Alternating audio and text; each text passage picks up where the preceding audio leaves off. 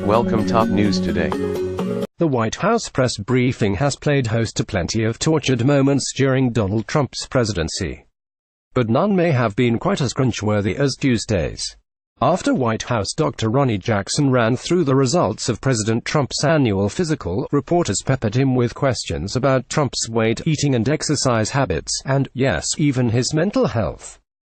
The inescapable undertone of it all was basically, is this 71-year-old man stable, and might he deteriorate and die?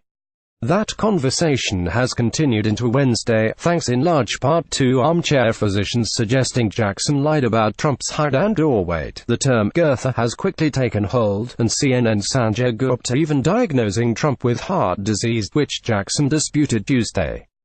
2 things. 1. Trump has in many ways brought this upon himself. His medical disclosures during the 2016 campaign were hyperbolic and unserious. The zany doctor behind them, Harold Bornstein, admitted he was put under pressure when he wrote that Trump would be the healthiest individual ever elected to the presidency.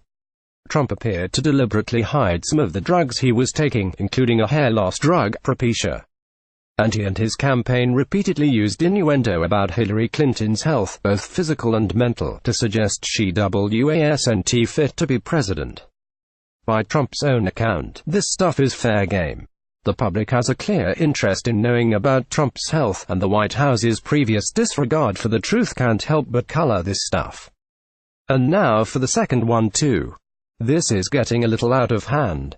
Yes, it's kind of funny that people are comparing Trump to athletes with similar measurements to Trump's reported 6'3" and 239 pounds, which is 1 pound shy of obese, according to body mass index calculators.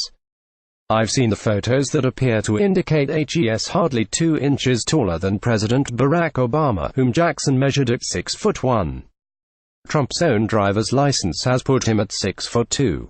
But quibbling with an inch here or a few pounds there probably doesn't mean a whole lot in the grand scheme of things. Jackson even admitted Trump needed to lose some weight and would attempt to help him do so, and it sure makes it seem like Trump's opponents, and even the media, are anxious to cast him as the fat guy, as mentally unfit or even as dying. It feels gratuitous.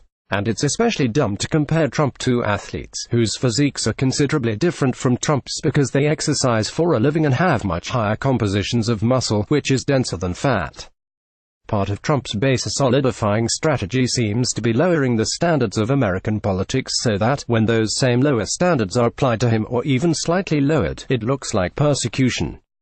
We should always be skeptical of the Trump White House's claims, but we should also be wary of making that persecution look very real. And harping on Trump's weight is a fantastic way to accomplish that, especially when there are so many other issues of much greater consequence.